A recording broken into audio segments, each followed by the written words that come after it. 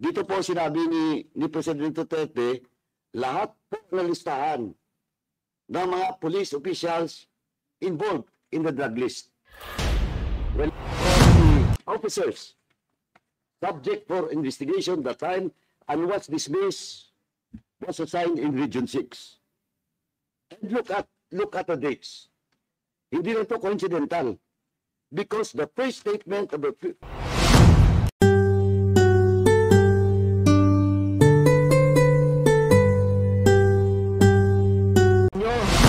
you are recognized. Please tell your story. Good morning, Your Honors. I'm Police Captain Ronnie Ereño, assigned at Quezon City Police District. I was wounded during the conduct of legitimate anti-illegal drugs operation happened on February 24, 2021, Your Honors. When it comes to assistance, Your Honors, I received also the 100,000 pesos from the PNP, Your Honor. So you were hospitalized as well? Yes, Your Honor. Saan tama mo, sir? Right leg, Your Honor. Okay, so yung na-encounter mo, may namatay din? Yes, Your Honor. Okay. Okay, andito rin yung ating mamaya, baka tanungin ka, Captain Ereño, no? So, ikaw yung head nung team na nag-conduct ng operation? Yes, Your Honor. Okay. May mga tinamaan din sa mga kasama mo? Dalaw pang died during operation, Your Honor. Namatay yung dalawa? Yes, Your Honor. So, yung sa kabila, ilan na namatay? Bali tatlo, Your Honor. So, dalawang patay sa'yo, tatlo patay sa kanila? Yes, Your Honor. Alright. Yeah, wounded siya. Alright. So, andito rin po si Miss, itong mga na-dismiss, si PO1 Marco Almario. Kasama rin po natin si PO1 Marco Almario. Ano namang reason bakit ka na-dismiss sa kaso mo? Sa serbisyo. Anong rango mo at saan ka naka-station before? Please. Good morning. Good morning, Your Honor. I am ex-police officer 1 Marco Almario from Region 3, Zambales, PPO po. Masinloc Police Station. Victims po ako, Your Honor, ng kasi ginawa po akong SBT nung aking pong naging hepe. Inaresto po niya ako sa station namin. Then, possible po, pinunta niya ako sa prison cell. Then, after 2 hours... Sino ang maresto sa'yo? Yung chief of police ko po, the late Police Major Nelson Ballesteros de la Cruz. So, inaresto ka sa... Police station po. So, anong naging kaso mo during that time? Yun po, tinaniman po niya ako ng illegal drugs at saka baril po, Your Honor. So, ang nagtanim ng yung akusasyon, allegedly, nagtanim sa'yo at doon ka na-dismiss sa kasong yun? Opo, Your Honor. Nakalista ka ba doon sa drug list? Wala po, Your Honor. Okay, so wala ka sa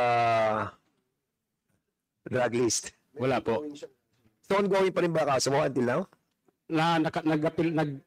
Nag-file po ako ng memorandum of appeal sa po, Your Honor, nasa DILG na po. Yung criminal case, meron? Meron po, Your Honor, pero dismiss po, Your Honor. Yung criminal case, dismiss. Opo, Your Honor. So, yung administrative mo, these are the cases that we have to look into again, ano?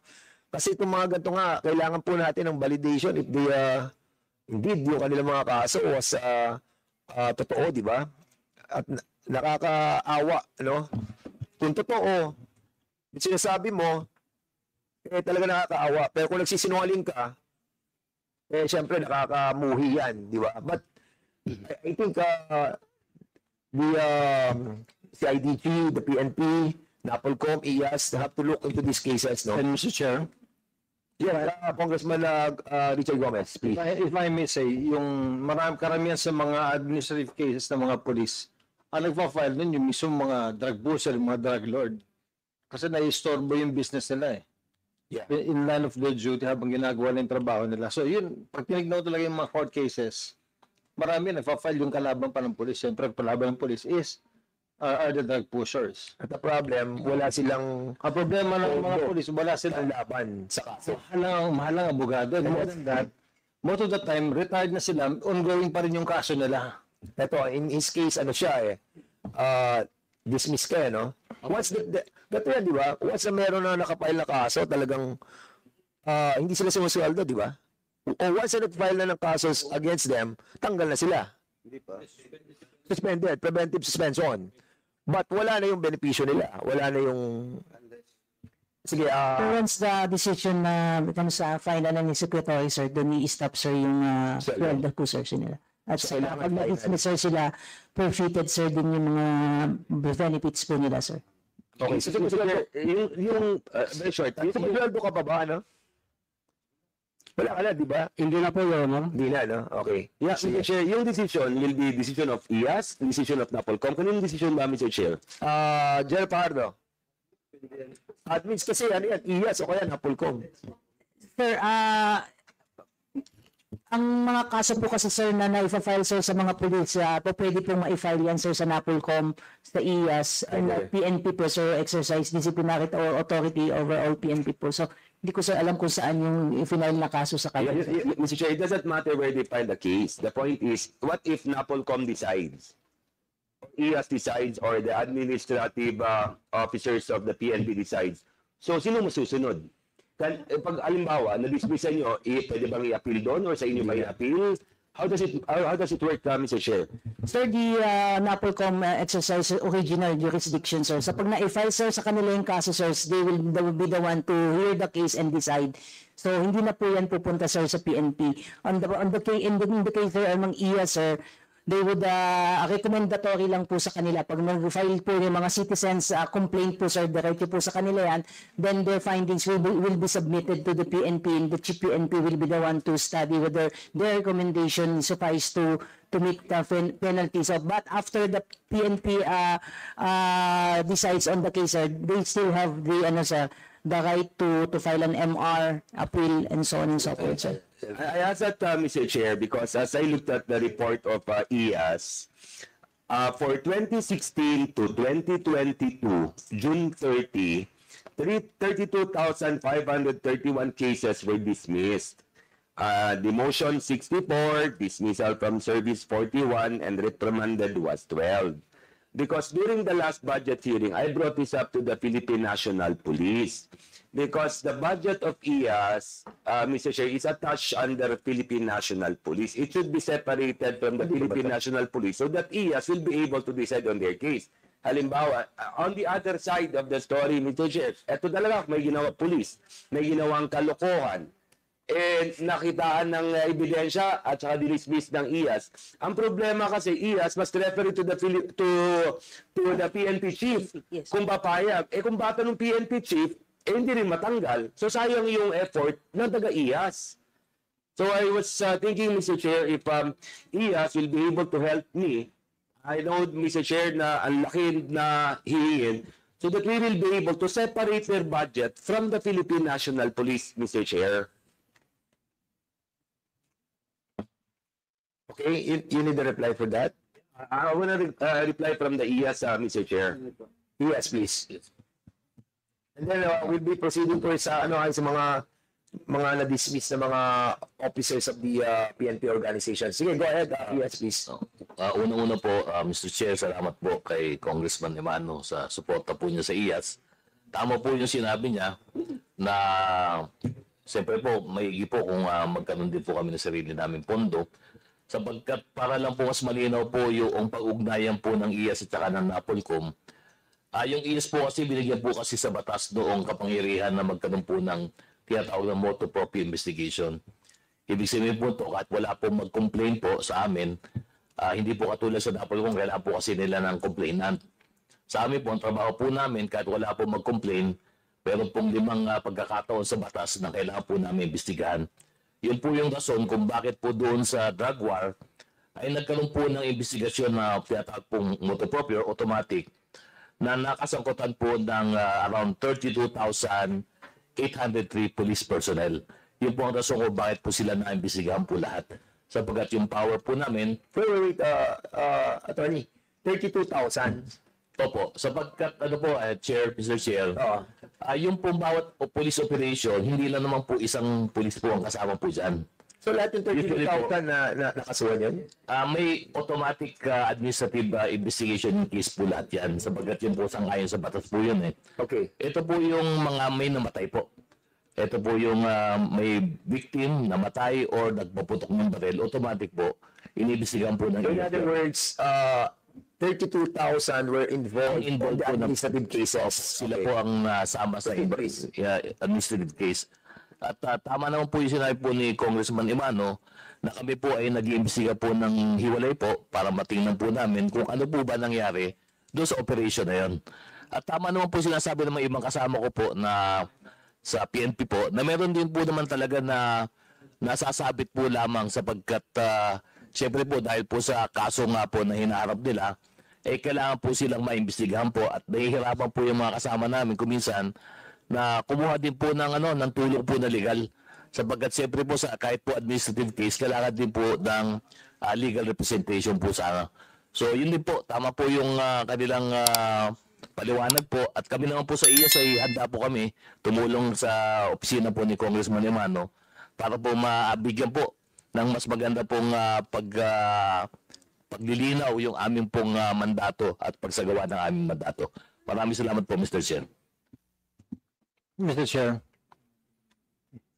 Congressman Goma, please. in addition to what Attorney Dulay said and to our colleague Congressman Emano, aside from being independent, I think what is more important here is that when they come up with a decision, dapat hindi na to dumadaan sa highest officer na agency. Correct?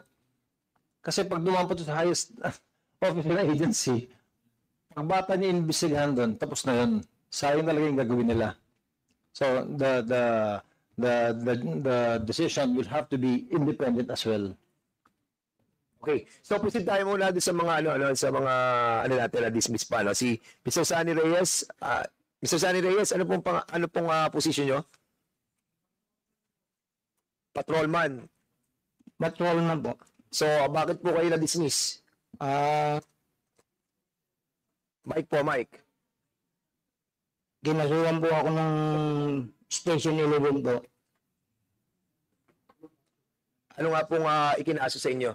Bali, ang drugs tsaka baril po, tinanong na po nila ako. Ano po? Drugs po, tsaka baril po. At kayo nag-shoulder no lahat ng gasa sa kaso niya. Opo. Ang totoo po yan, Sir, Your Honor, yung pangyari pong yun, yung meron pong nagpapanggap na pulis po doon sa huling lamay po ng kapitbahay namin.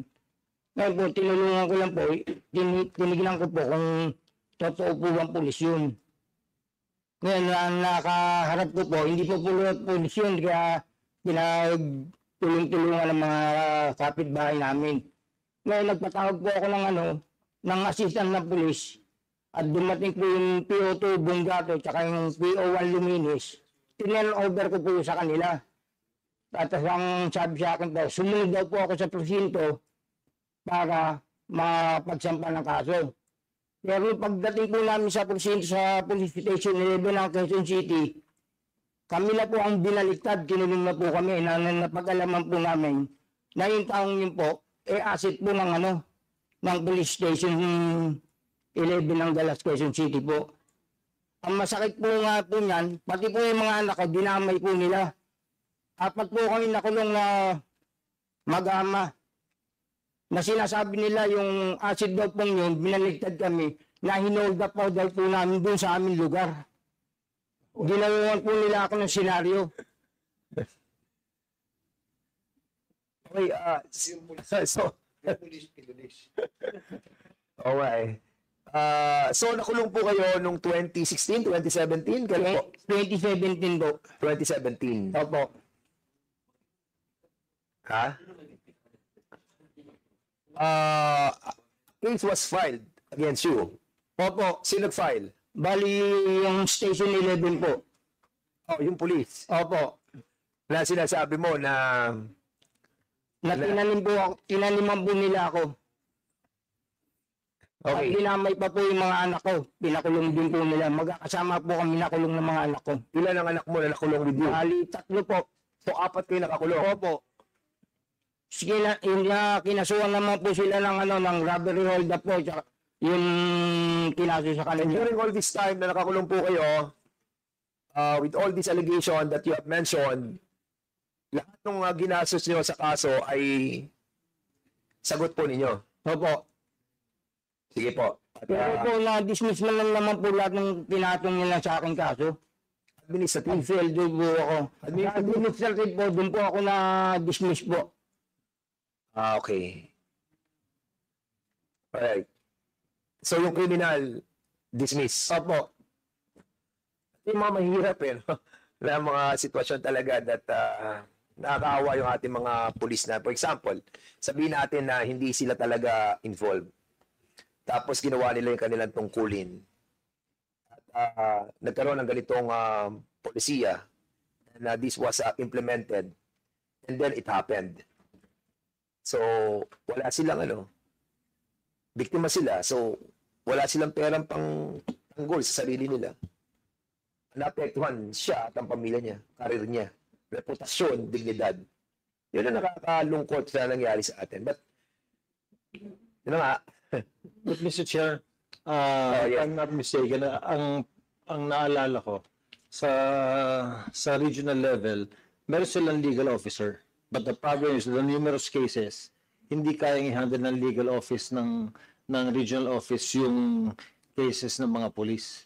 I think what is important, I think what we need to do, Mr. Chair, is to augment funding, to augment yung lawyers sa legal office nila to handle cases para matulungan yung mga police. Problema ata, wala kayong gantong PNP, wala tayong budget for this ganto Wala Kanina tinatanong ko kayo kung merong pondo na ginagamit for this kind of cases that kapag na-filean sila, meron ba tayong nire-release?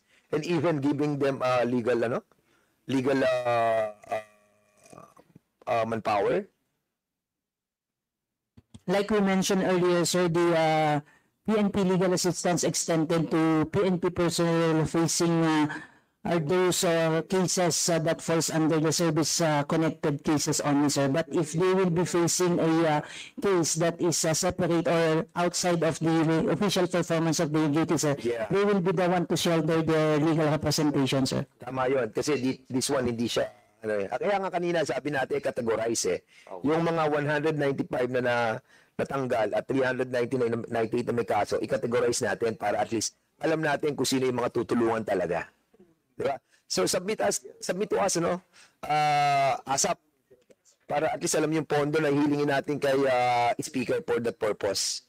Kasi ang pangako sa atin ni Speaker that he will be helping yung mga kasong legitimate during operation. And even yung mga na-dismiss will be helping them. But, of course, kailangan legitimate at talagang biktima sila ng war on drugs as well. Sige, Congressman Caraps, and then we'll be proceeding do sa dalawang victim pa at saka doon sa pamilya. Okay. Ano lang po, just a short interjection with regards to the legal problem in the organization of the PNP. Kasi ganito po, cases filed against police officers in line of duty, dapat police talaga yon. Okay? But, for example, in the case that was mentioned by Reyes, that is not in line of duty. Now, pag wala sang lawyer, doon sa sapaw. Diba? Kung wala kang lawyer, doon ka sa sapaw. But, still, kung gusto ko lang balikan yung question of the legal problem, services in the PNP, ang problema kasi, Mr. Chairman, ganito po yon. We have discussed it several times even in the previous congresses. No? Ang problema kasi, for example, if I am a lawyer, instead of entering the services to the PNP, I'd rather apply for the PAO. Kasi mas malaki pong sahod sa PAO kumpara mo sa pulis na abogado that will be assigned sa IAS. Yan pong reality. Di ba? For example, lawyer ka. Pag pumasok ka sa pulis with all those requirements and qualification, qualified ka na, you have fulfilled all those requirements. What is your rank? Major, di ba? O kapitan? Kapitan, di ba? First entry is police captain ka. Now, magkano sahod ng police captain? Ngayon, less than 100,000, di ba? Oh, less than 100,000. But if I am a lawyer, I'd rather apply for the PAO than the police. Kasi mas malaking sahod ng lawyers new entry sa PAO kaysa sa police. Kaya yun yung isang problema dyan ng talagang sa police. We cannot hire as much as we want lawyers for the police kasi napakababa po ng sahod. Kasi first entry mo, kapitan ka, o what is the salary of the police captain, yun po yung sahod mo. Yun talaga ang problema. Now, kaya siguro, you have to study the local government code, same time yung PNP law, na yung IAS, kung gusto nating suportahan ng todo, pwede naman yun, but ang salary grade siguro patasin natin para mas maraming abogado na papasok dun sa police, not entering the police service, but dun sa legal ng police, no? Dun sa IAS. Yun yung pong pwedeng maging remedyo. But as of now, kaya yan ang hinarap natin dahil kahit lagyan pa yan natin ng malaking punto dyan. Still, the question is the scarcity of lawyers within the police organization. Yun yung problema talaga dyan. And of course, siguro talagang dapat manawagan din tayo dito sa counterpart natin, no, sa Senate. Because in here, sa atin po sa Kongreso, yung House Bill number 6509, pending pa to sa Senate, yung pre-legal assistance to uniformed personnel. We approved this with the Committee on Justice. 2022 pa to, naalala ko na aprobahan na natin to, providing free legal assistance to any officer or uniformed personnel of the Armed Forces of the Philippines, the Bureau of Fire, Bureau of Jail, Coast Guard, PNP, na facing any charge before the prosecutor's office.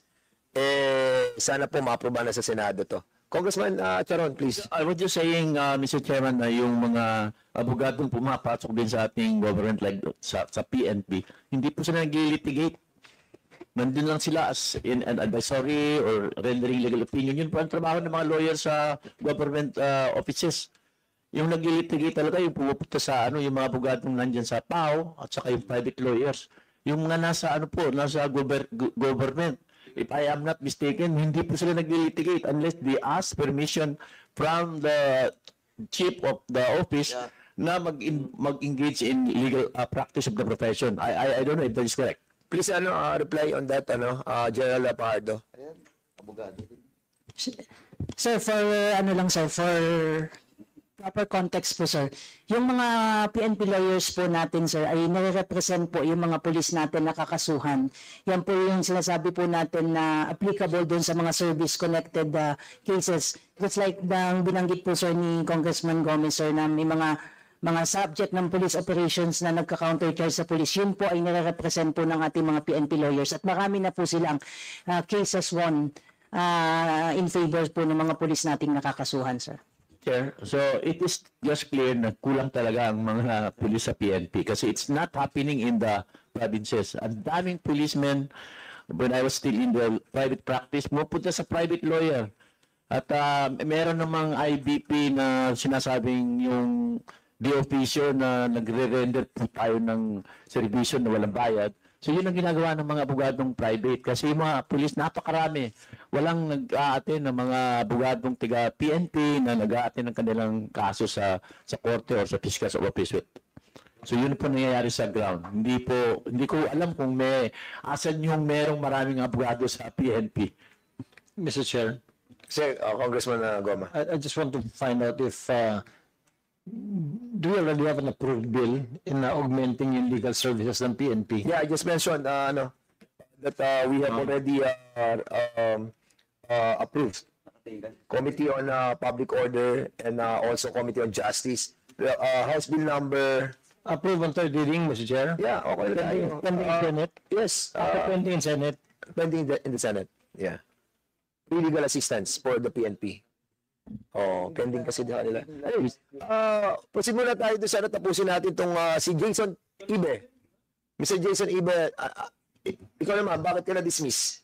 Sir, yung sa amin, sir, kami yung 7 pulis na pinag-push up ni former PNP Chief Bato de la Rosa sa Angeles City Police Office, sir.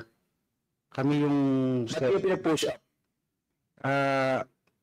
Ang naging kaso namin, sir, is meron kaming hinuling Koreano sa Friendship Plaza, sir, sa Angeles City Police Station 5. Tapos, sir,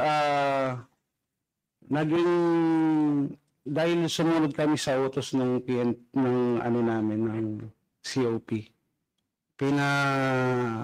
pinalaro niya yung dapat sanang ma-file na kaso. Naging robbery extortion, sir, yung kaso. Ngayon, sir, pumutok sa media dahil nakasabay yun sa kaso nung pinatay na Koreano sa loob ng krame. Yeah. If you remember, sir, yung kaso ni Ricky Santa Isabel na Yes. Juji yata yung Koreano. Jukin.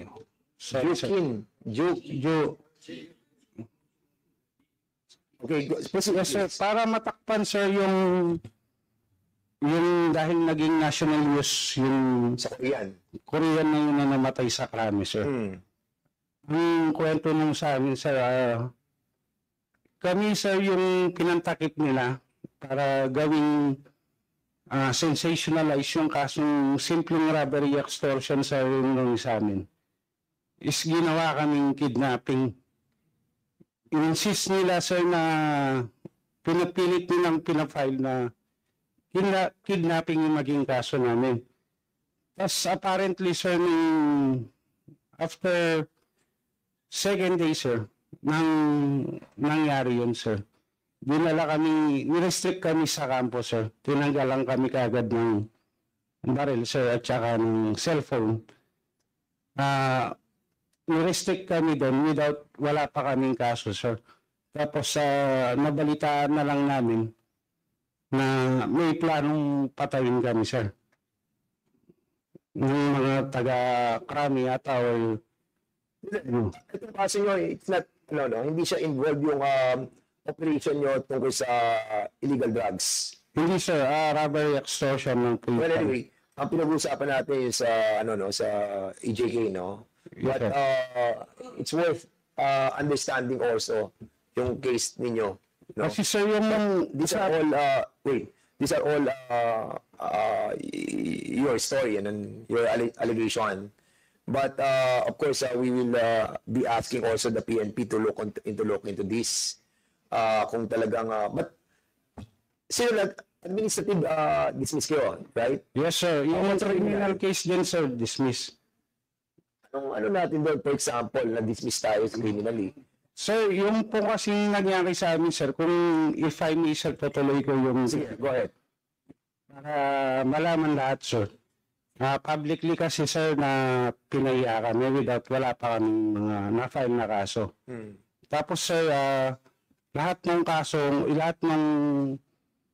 gastos, sinolder namin, sir, yung pambayad ng abogado. Where in fact, yung case namin, sir, job-related, work-related po yun. Kaso, walang support sa PNP, sir. Tapos,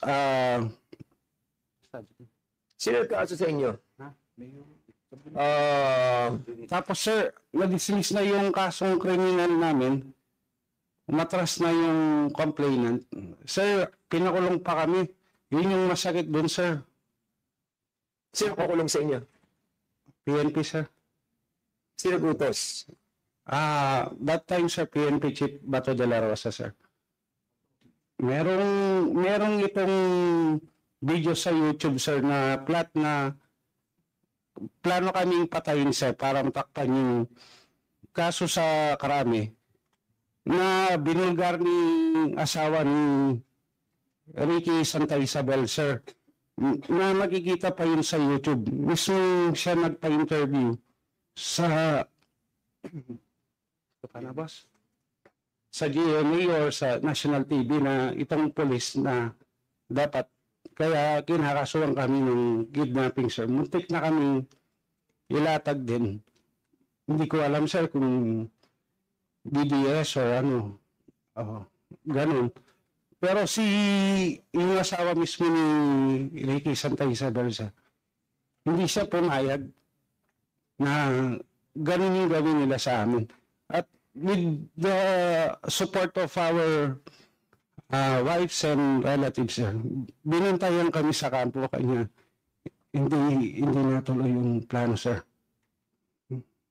Paano nyo nalaman yung sinasabi nyong alleged plan? Paano nyo naman na Sir, kasi yung first na dinala kami sa kampo, sir, restricted, tinanggalan kami kaagad ng baril tsaka cellphone.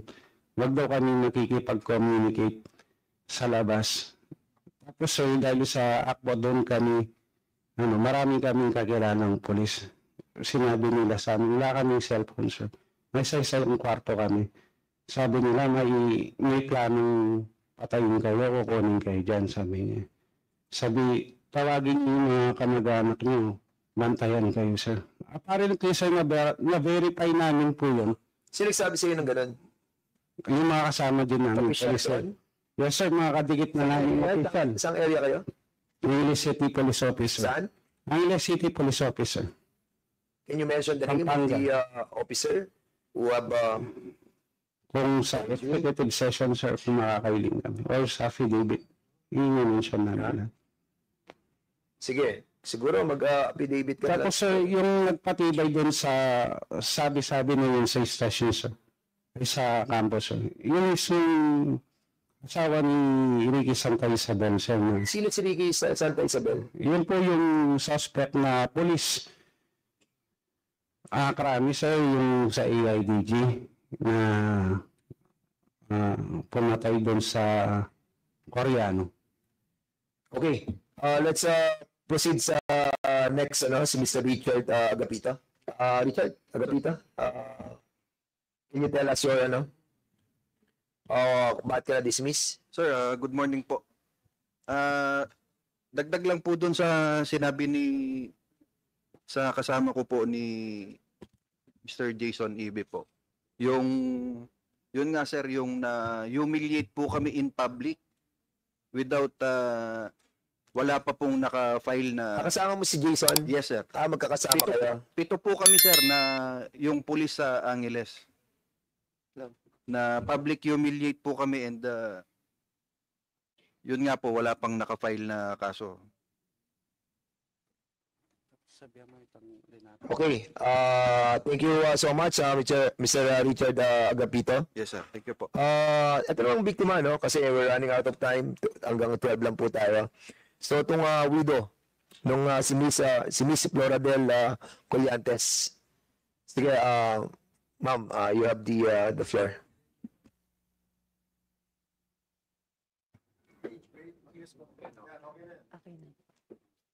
Good morning po sa lahat.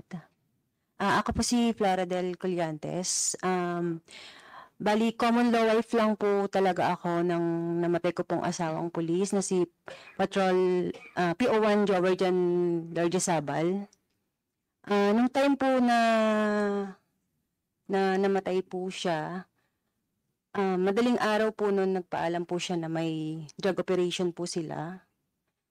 And nung araw din po na yon, dapat po kasal po namin sa civil. Pero ang paalam po kasi niya sa akin is makakabalik po siya before 8 a.m. So, naghihintay po kami ng anak ko. Nung time po na yun is 1-year-old pa lang po yung anak ko. And then, hindi na po siya nakabalik. Hindi na po siya nakauwi. Then,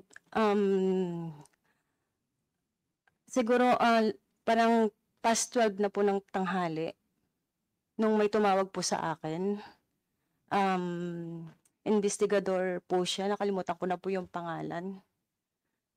Doon na po sinabi sa akin na yung daw pong nagmamayari ng cellphone na ginamit, kasi yung pong ginamit na pantawag sa akin is yung cellphone pa rin po nung asawa ko. So nagtaka po ako bakit po iba na po yung sumagot, iba na po yung tumawag sa akin. So doon na po sinabi sa akin na yun nga po, patay na po yung asawa ko.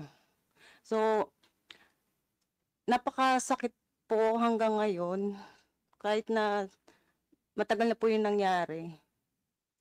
Pero ang sa akin lang, sir, may mga natanggap po akong benefits. At big things ko po yun sa PNP po, dahil kahit papano, hindi po nila kami tinatalikuran. Especially po dun sa mga naging official po ng asawa ko nung time na yun, dahil nung time po na wala pa po kami natatanggap, hindi po nila kami pinabayaan, kahit papano tinutulungan po nila kami. Galing na po yun sa sarili nilang nilang pera. Ang sa akin, sir, yung po kasing benefits na para sa anak ko, na-decline po sa NAPOLCOM. Kung pwede po sana, kahit nung time po na yun na, kasi pandemic, naabutan po yun ng pandemic, nung pinaprocess po yun.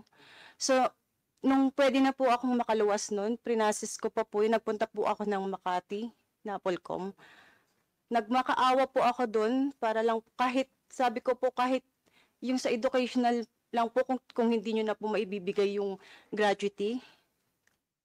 Pero, ang ginawa lang po is, pinagsubmit lang po ako ulit nung mga copy po nung requirements. Hanggang sa umabot po na kinailangan ko pa pong kumuha ng attorney na magpa-process po nung parang, di ba sir, napakasakit naman po yun na yung asawa ko po, kung iisipin ko, isa po siyang hero kung tutuusin, na kaya niya po kaming iwanan para lang po magsabisyo sa bayan. Tapos pagdating po sa benefits, ganun po yung mangyayari. Para po sa isang katulad ko, lalo na po solo parent po ako ngayon, ang hirap po. Makikita niyo po, dala ko po yung anak ko dito.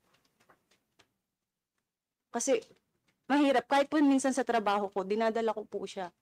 Tapos, yun lang naman sir, actually hindi lang po ako yung widow na ganito yung case. Marami po akong alam, kakilala. Pero, yun nga po, bilang ano na rin po, sana po mabigyan din po ng pansin yung mga cases po namin. Kasi, nawalan na nga po kami, tapos marami po talagang hindi napapansin. Okay, thank you so much, sino to? Miss Colliantes. NAPOLCOM, di ba meron siyang 1-year salary, 1 monthly pension, burial expenses, 3 months salary para sa kasi ito yung mga binigay, di ba? But yung sa educational ng mga anak, the chair would like to acknowledge the presence of Vice Chair Romy Acob. Rico, please. Yeah, thank you, Mr. Chair. Under our rules po, meron po tayong binibigay na scholarship para po sa mga qualified children of the policemen who passed away in the course of their duty. So we will look into this po, no? Usually po kasi na-deny kapag hindi na-prove na sila po ay children o yung asawa. Minsan po kasi mga common law, kaya po hindi nagagrantan. But we will give preferential attention to this matter po. Kailangan kasi kasal. Yes, hindi kayo nakasal. Sir, nung araw po na yun, kasal po dapat namin, pero hindi po kami nakasal. Pero sir, may anak po kami. Yun nga, yung mga ganun sitwasyon di ba?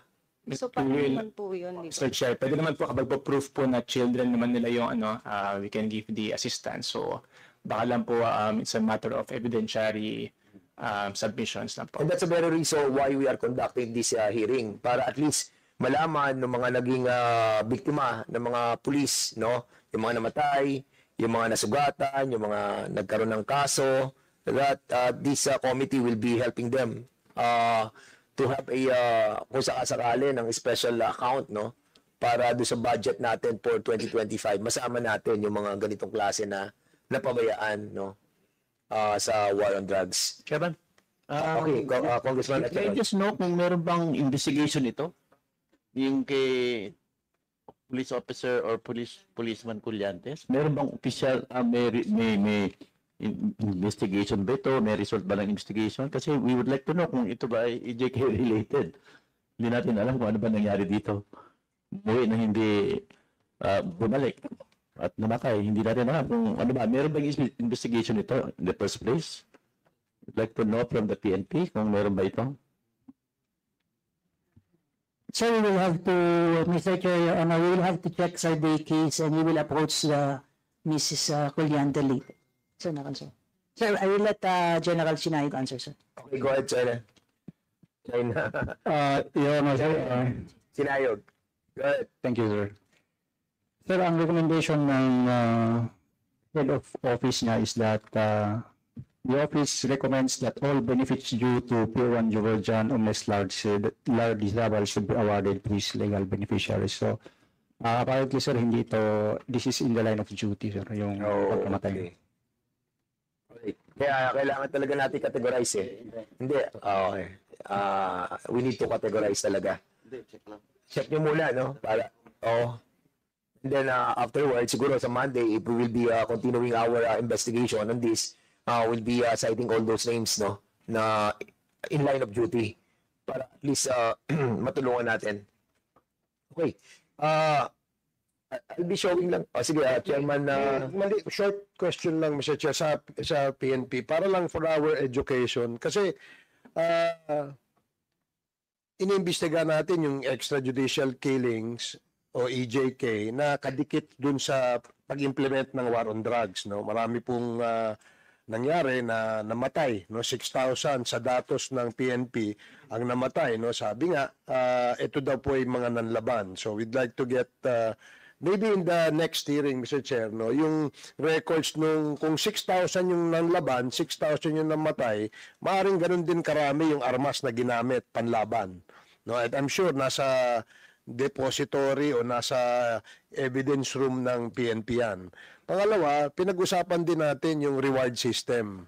Apparently, the war on drugs ay nagkaroon ng reward system na kung saan ay merong pumatay at merong kumita. No? Pangatlo, which I think needs more substantial information, meron bang quota system? Yung sinasabi, kunyari isang istasyon, ang quota mo 500 drug pusher ngayong buwan na ito. Kasi yun ang information na karating sa amin, no? So I don't know if the PNP will be able to answer us with that, no? If I am certain na wala naman dokumento nagsasabing may quota, pero kayo sa inyong karanasan, sa inyong nalalaman, meron bang in-implement na quota ang bawat mga opisyal o bawat istasyon sa pag-implement nitong war on drugs? Is there anyone from PNP who can answer that?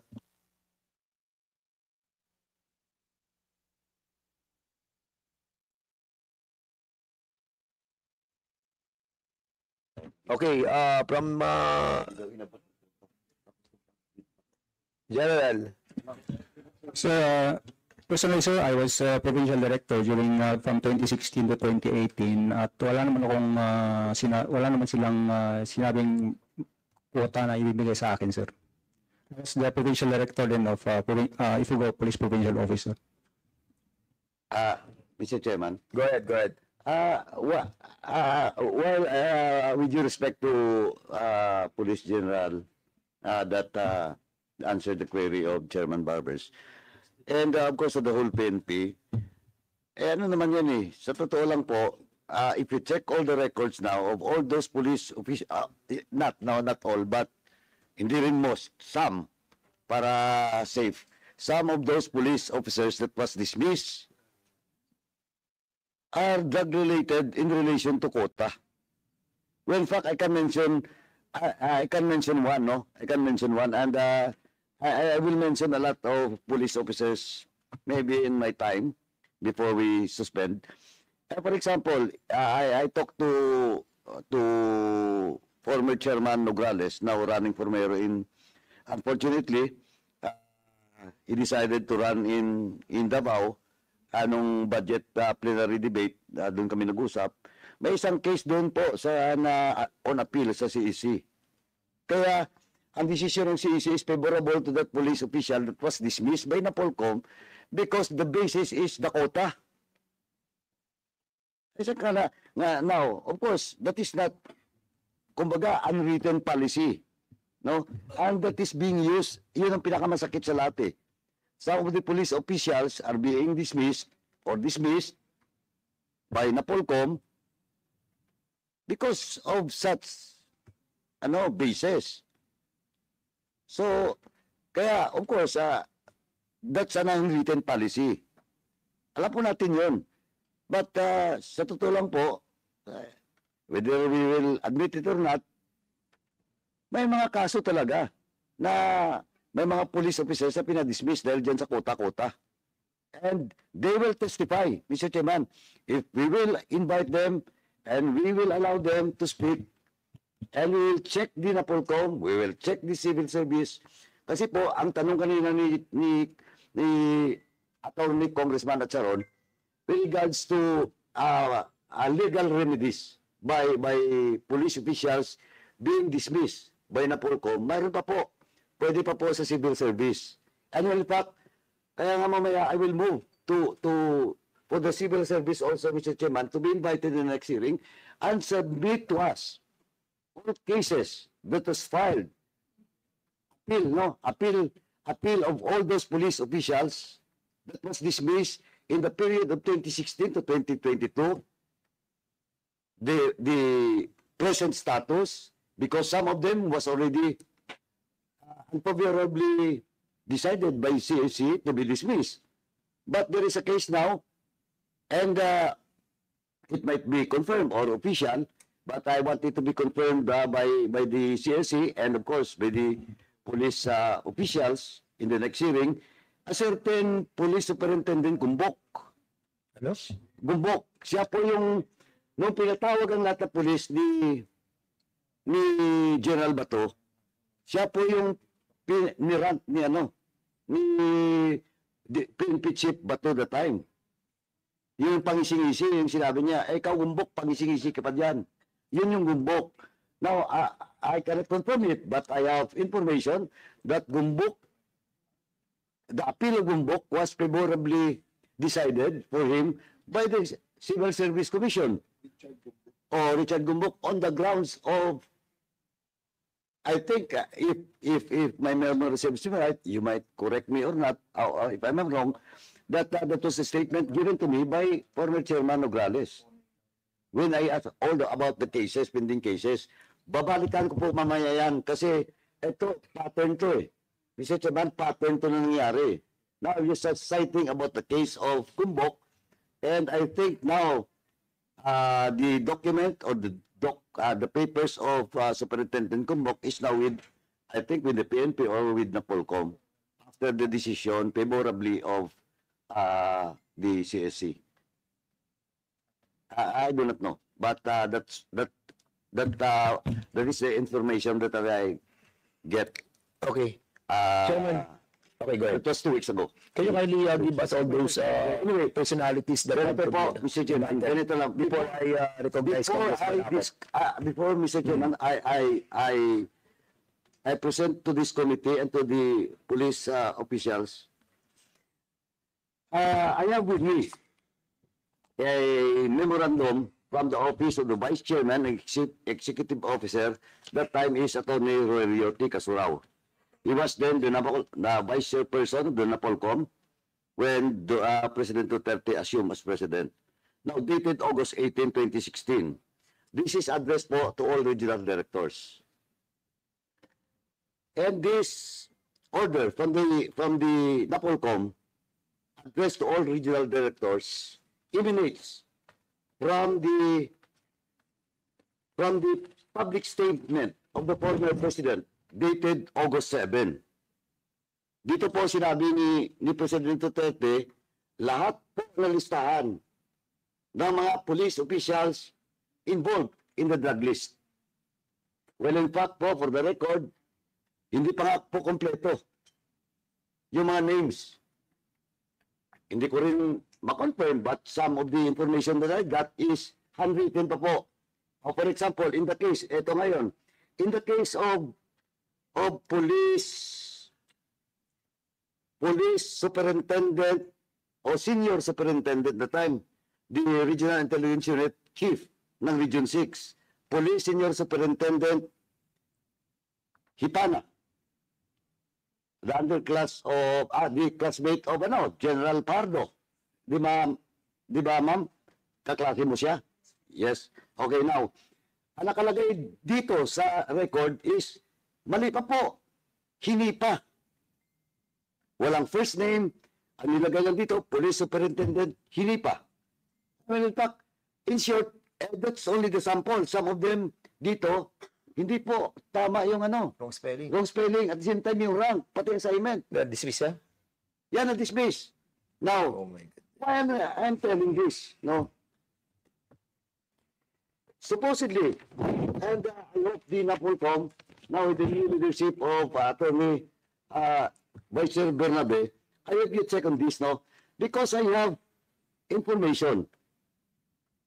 While this memorandum is addressed to all regional directors of NAPOLCOM, the only region that conducts investigation during the time is only the regional office of Region 6. Why? Because most of the officers subject for investigation that time and was dismissed was assigned in Region 6. And look at the dates. Hindi na ito coincidental. Because the first statement of the former president is August 7 and the memorandum was issued August 18. When was President Duterte sit or assume office? That was July 1. A matter of 1 month.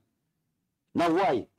And most in the list are police officials, decorated police officers. And eto, why Region 6 lang? But the memorandum is for all regions. Why? Because eto, tama po. This is a political vendetta. Why? Because during that election, and we know for the fact, this is public knowledge, every election, Region 6 is a yellow country.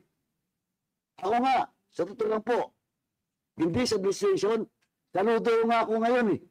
Of course, baka pwede yung sabihin na I am a campaigner of BBM. Pero tingnan mo, during the 2016 presidential election, alam nyo, ilan ang lamang ni BP Lene against now President Bongbong Marcos? More than 500,000 only in Negros Occidental. Because Region 6 is a yellow country. I am not campaigning for Mar that time. But most of my kababayan is campaigning for Mar. I am with Grace po. Natalo si Grace po. Okay lang. Yeah. Oh. Pero ang sinasabi ko lang is, why? This memorandum is for all the regional directors of NAPOLCOM. And only in Region 6 now. Mali-mali na po yung tinawag na pangalan at saka official, pati assignment. Ito, kilala, kinonfirm ni General Pardo po na classmate niya si Police Senior Superintendent Hipana, ngayon dismiss o napili sa CEC, o pero ang nakalagay dito, Hinipa. Wala pang first name. Now, class 96. Now, ito po, Mr. Chairman, ito po yung sinasabi ko po. For example, a certain Police Senior Superintendent Ricardo de la Paz, my kababayan, I do not know the real record of de la Paz. Pero I know, retired na. Diba? Retired na ngayon. Si De La Paz, class 84 ata siya, PNPA, no? Classmate of DJ Lasso. Ito, pinapiyaw to. Alam mo, kausap ko yung mga kamag-anak. Gusto siya palabasin doon, pauwiin. Sa kami, hindi po to umuwi. Dahil takot na baka ang tawag nila doon, akay daw, akay during the time. Akayan ka. Paglabas mo, o doon ka na yayarayin. Just like what happened with all those in the drug list of the former president, nirelieve, pinadala ko sa malalayo, saan-saan, doon namatay. And sinabi ko nga kanina, an example of that is, ito, sa region ko lang, the province ko. How about in other provinces? The case of Rapis. I am not saying that Rapis is a clean policeman, police officer. But though he deserved to be relieved and be assigned in other places, tapos doon na i-assassinate. Diba? The same is true with all those cases of riding in tandem in which the victims are police officers.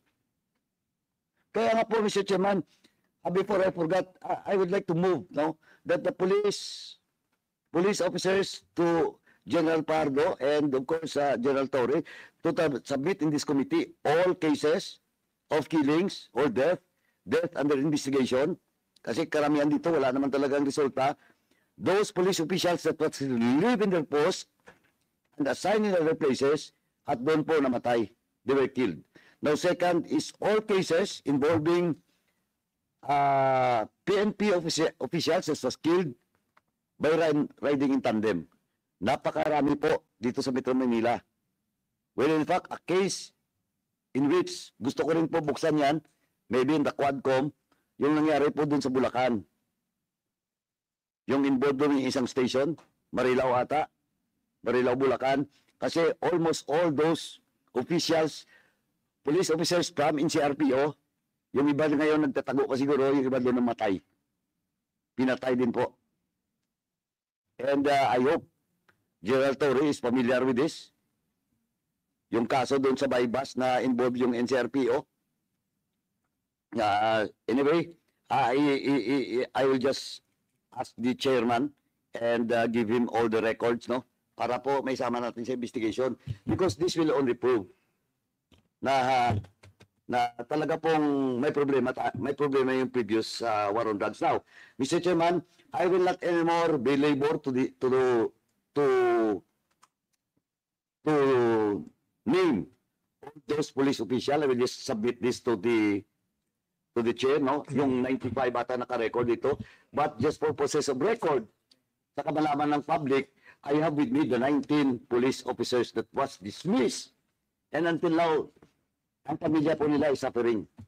Sila po is suffering. Their moral, lahat po, tinamaan po sila. Well, in fact, sinabi ko kanina, may isang official, certain, eto, kilala ko dahil tagamin, yung Ipil Dunias po, underclass ni General Pardo, underclass ni General Torre. But well, in fact, ako, I am very sure of his record na mas nauna pa siya ang naging kapitan from lieutenant to captain kay General Torre. It is a class, upper class niya, masyado. Siya rin po, mas nauna pa na maging major. Pero, he is at the wrong place or wrong assignment at the wrong time. Kasi po, nasa schooling siya noon, taga Iloilo, naging deputy chief of police ng Iloilo, that time, nabutan siya ng bagong presidente, Marruas country, ang mayor noon Mabilog, which is also accused by former president, na drug protector, kawawa po yung police. Until now, under appeal. Nasisisi po. Kaya Mr. Chairman, baka makalimutan ko rin, we might as well invite the representative from the Civil Service Commission to be present on the next hearing. So move, Mr. Chairman. Okay, so there's a motion to invite the Civil Service Commission and all the documents that the Chairman of Public Accounts wanted to secure. and be submitted to this committee. Allow me na lang, Mr. Chairman, no? Any second motion? Duly seconded. Any objection? Hearing none, the said motion is now approved. Thank you, Chairman. Sorry po. Ano lang ako, nagpapadali na salita mo, brother. Allow me, Chairman, I just want to read, no? All those police officials lang na 19 kasi ang memo kasi is supposedly, sabi ko nga, is supposedly the memorandum is addressed to all regional directors of NAPOLCOM, but yung investigation talaga nangyari is with Region 6 lang. What a coincidence. Now, Mr. Chairman, number 1 the list is former police senior superintendent si Leben po, Hill Leben, retired na daw ito ngayon ko. Ewan ko anong status niya ngayon. Is he retired now, ma'am? Si Leben po, si Colonel Leben. Anong class ngayon niya nga? Class 83, sir, if I'm not mistaken, sir. Mas senior pa pala ito ni De La Paz. Now, second is Police Chief Inspector Rio Maymay. Names, Rio Maymay, Police Chief Inspector Kenneth Militar. Mga kawawa po to. Police Senior Inspector Elvis Nasco. Ito, Ross from the ranks, retired na ngayon. Hindi nakakuha ng ng benefits siya. Or other emoluments, no? But Police Inspector Ramiro Christopher D. Jose, Police Inspector Lito Duarte, retired. Chief Inspector Vicente Vicente. Ito po, at the wrong place, at the wrong time din to. Kasi hindi taga hindi taga Region 6 eh. Na-assign lang. No? Pati itong si Maymay. Hindi rin taga Region 6 to. And Police Chief Inspector Vicente Vicente, Police Chief Police Chief Superintendent Bernardo Diaz. Nakalista din to. Pinaimbestigahan din. Kaya lang, siyempre, because that time he is the regional director, ang rank niya po is general, and di po under sa NAPOLCOM. Di pa po? Doon na po sa Malacanang. And nakapag-retire po to. Ito po yung isa, yung logic po dito. While the General Diaz was listed in the Duterte's list and honorably retired. Pero yung mga tao niya sa baba until now is suffering their cases. Dismissed by NAPOLCOM, ngayon po under appeal sa CAC. Some of them, but not all. Yung iba siguro may mga dismissal na. Ayun po yung irony. Yung most senior Region 6 director that time of the PNP, what was also listed in the original list of Duterte, noong August 7 niya na sinabi, honorably retired. Pero itong mga tao sa baba, nakasama niyang pinaimbestigahan, kinasuhan, and until now, hindi pa nakabalik. 6 years? 7 years? Walang sahod. Okay. Ito po, Mr. Chairman. Haba na. Bumbok. Okay, naintindihan ko. I will be asking all those personalities to be invited. Yes. Ito, special lang ito, Mr. Chairman. Sige, go ahead. Last na.